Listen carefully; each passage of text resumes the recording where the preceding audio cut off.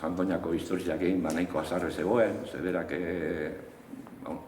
ulertzea ban Santoñakoe traizio salduta, saldu irabiela hango...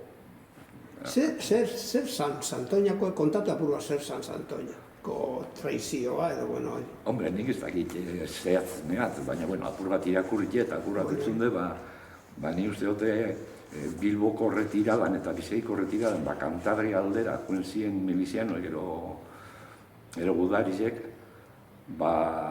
uste dute juenziela beste esperantza batekin. Batematek esan da, handik nunbait erajongo ziela, ero barkuz, ero dana. Eta gero, ara aldu zienien, eurek esatabeen, haitxe bentzit esateban,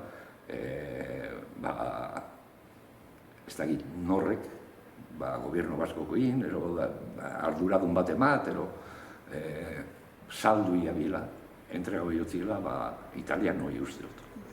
Rendizio bat. Olako, zerbait, arduen, horrekin behintzete oso azarre goten zan, eta azarratu inzan.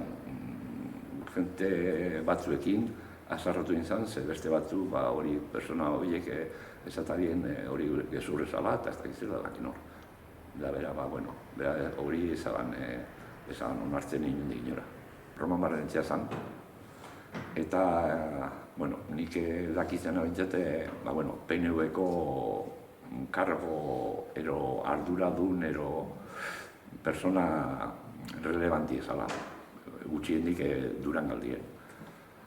Eta gerra sasoien, pena de muertera zigortu gabien, eta hori amari entzunde, jueten ziela bizitzetan, Kanaria, Erropak, dana eramaten, eta... Nora? Ni uste larrina gara. Larrina joten zela bizitzetan, eta, hori,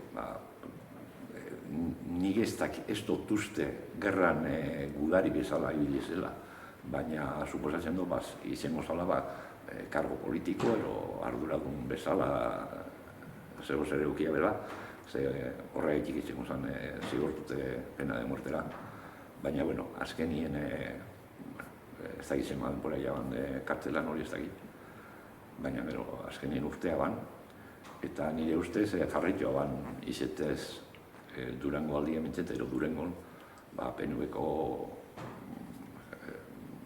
jentie errespeta bitia bela ideologia horrekin. Zegero,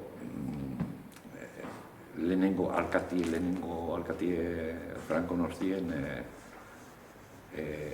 Patxi Zurika izen zan Durango gue. Baina itxuraz bigarren izena, lehenengo izena alkatizeteko gure tioi eskintzi hotzien. Eta nik ez da izergatik, berak ezaban hartu karrogue, eta Patxi Zurika ere izan alkatie.